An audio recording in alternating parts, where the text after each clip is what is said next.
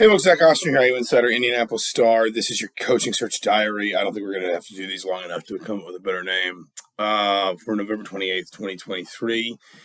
Just kind of a check-in. It's late afternoon. We should probably start dating these videos and podcasts, to be honest, because stuff can break in a coaching search and always seems to manage to break in a coaching search right after someone in the media has recorded something framed or contextualized by the idea that the search isn't over yet. Anyway, just kind of checking in, talked a lot on the podcast with Mike Nislik last night about the use of the search firm. Indiana's been engaged with TurnKey ZRG, which is one of the foremost kind of search firms, particularly for sports, and sports searches, whether it be for coaches, executives. They've worked with the SEC, the ACC, the Big 12. They've worked with the NFL, MLS, baseball, a host of sort of prominent schools and then professional organizations, professional teams across a number of sports.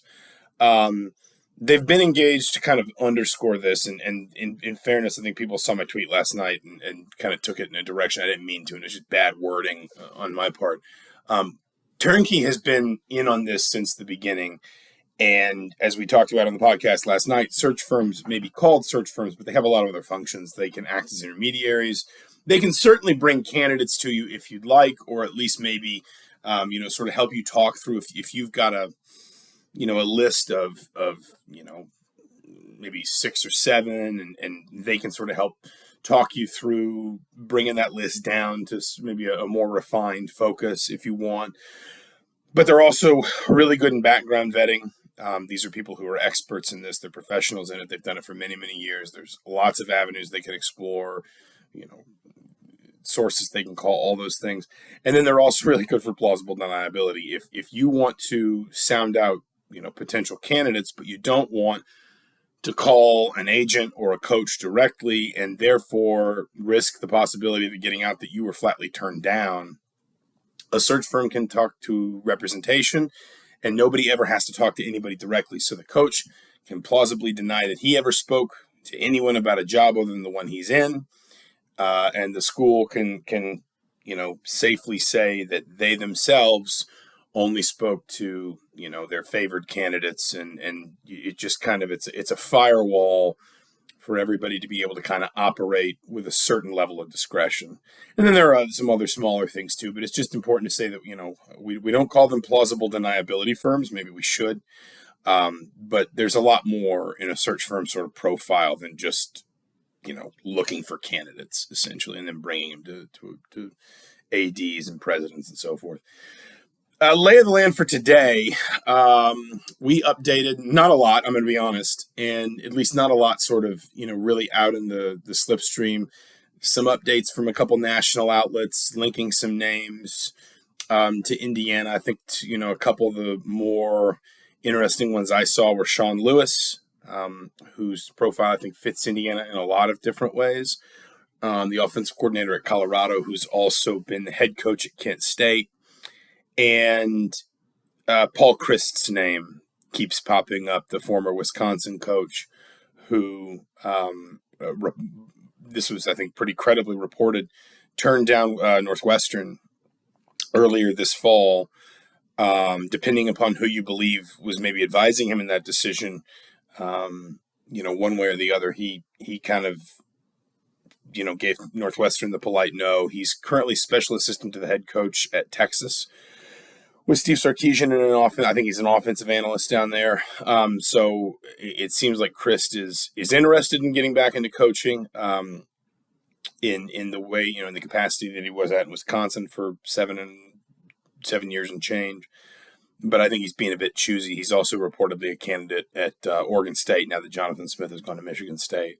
Those are kind of two of the names that maybe grab my eye the most in terms of either what I've been hearing. I think there has been some tangible buzz around Christ, or also just maybe a combination of maybe a little bit of smoke from Indiana, the perspective of how people feel, this coach might be a candidate for Indiana, coupled to, Sean Lewis as an example. He's still young.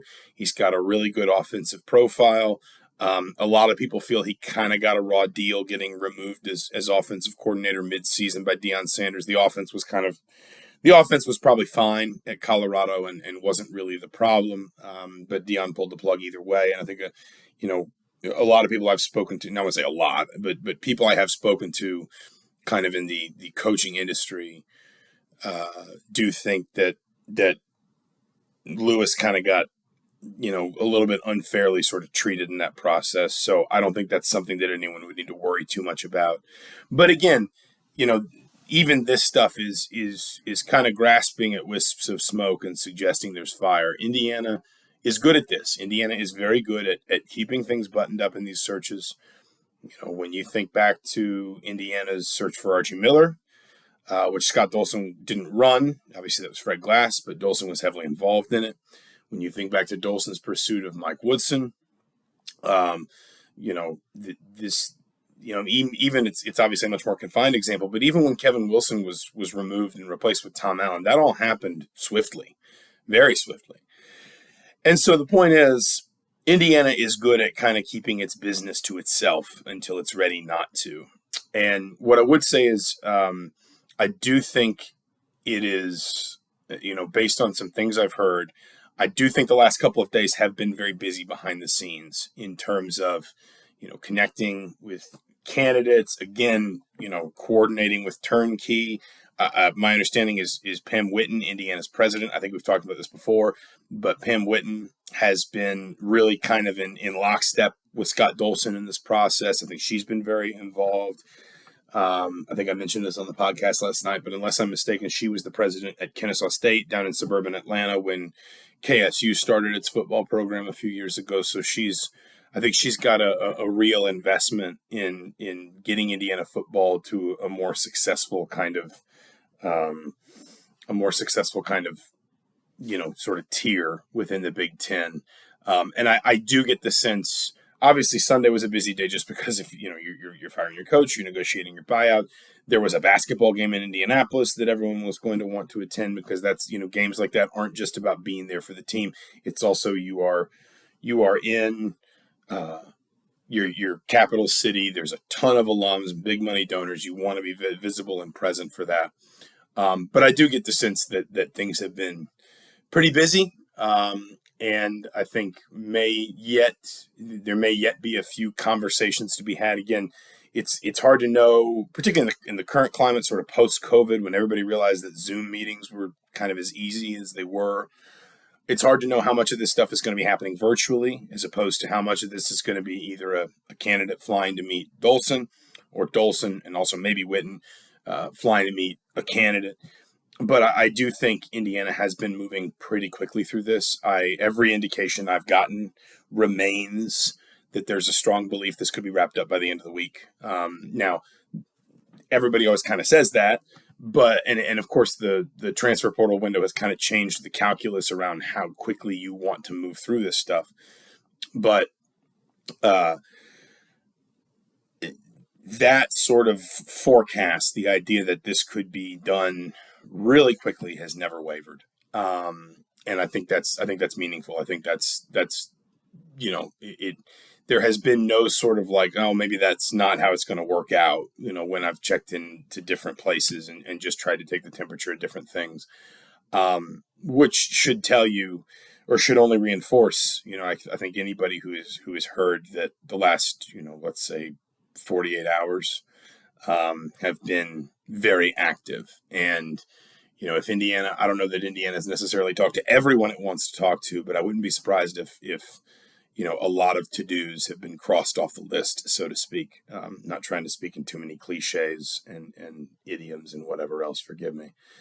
A specific decision date, an announcement, I think the sooner the better from Indiana's perspective. Obviously, there's an extent to which Indiana would probably enjoy having this person in place by Friday morning or Friday afternoon, so they could potentially sort of bring them out for the basketball game halftime, kind of give them that ceremonial moment, introduce them to the fans, and then let them, frankly, just hit the road, recruiting, staffing, the whole bit.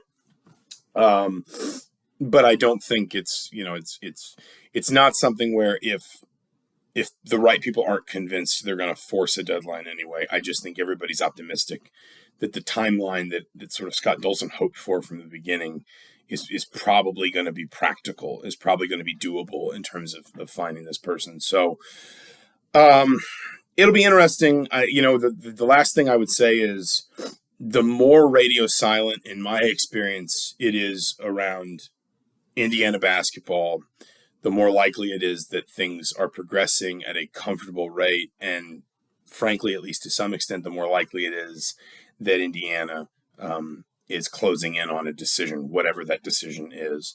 The quieter it gets around a coaching search, particularly a coaching search run in this department, the more in my experience, and this, no two searches are completely identical, but in my experience, the